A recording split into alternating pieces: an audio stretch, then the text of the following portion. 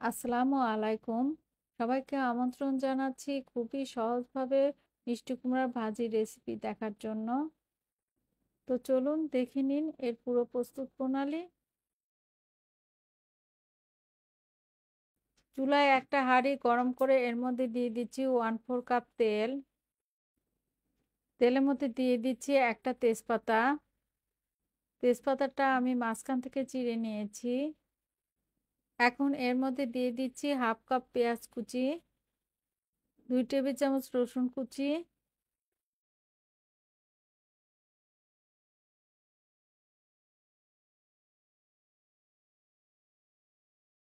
দিচ্ছি 4-5টা কাঁচামরিচ ফালি।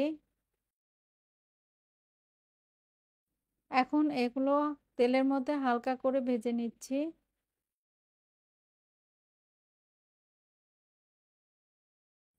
পেঁয়াজটা কিছুক্ষণ তেলের মধ্যে ভেজে নেওয়ার পর এর মধ্যে দিয়ে দিলাম 1/2 চা চামচ হলুদ গুঁড়ো, 1/2 চা চামচ মরিচ গুঁড়ো আর 1/2 চা চামচ আদা বাটা।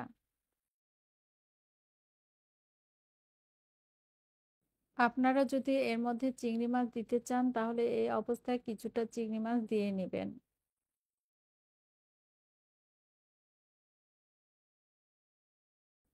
মশলাগুলো পেঁয়াজের সাথে একটু নেড়ে মিশিয়ে নিয়ে দিয়ে দিলাম 1 চা চামচ লবণ।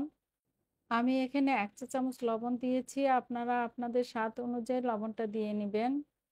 এবার এর মধ্যে দিয়ে দিচ্ছি প্রায় হাফ কেজির মতো মিষ্টি কুমড়া কুচি। আমি মিষ্টি কুমড়াগুলো একটু বড় বড় কুচি করে কেটে নিয়েছি।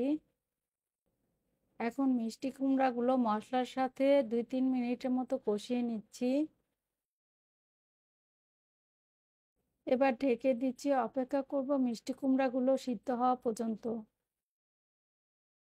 তবে ঢাকনাটা খুলে মাঝে মাঝে নেড়ে দিতে হবে। এর মধ্যে কোনো পানি দেওয়া যাবে না, মিষ্টি কুমড়া থেকে পানি বের হয়ে মিষ্টি কুমড়াগুলো সিদ্ধ হয়ে যাবে। চেক করে দেখেছি মিষ্টি কুমড়াগুলো খুব ভালোভাবে সিদ্ধ হয়ে গিয়েছে। এখন এটা নেড়েচেড়ে পানিটা শুকিয়ে নিব।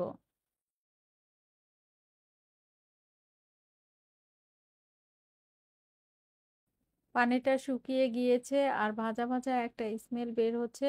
এখন চুলাটা বন্ধ করে আমি নামিয়ে নিব।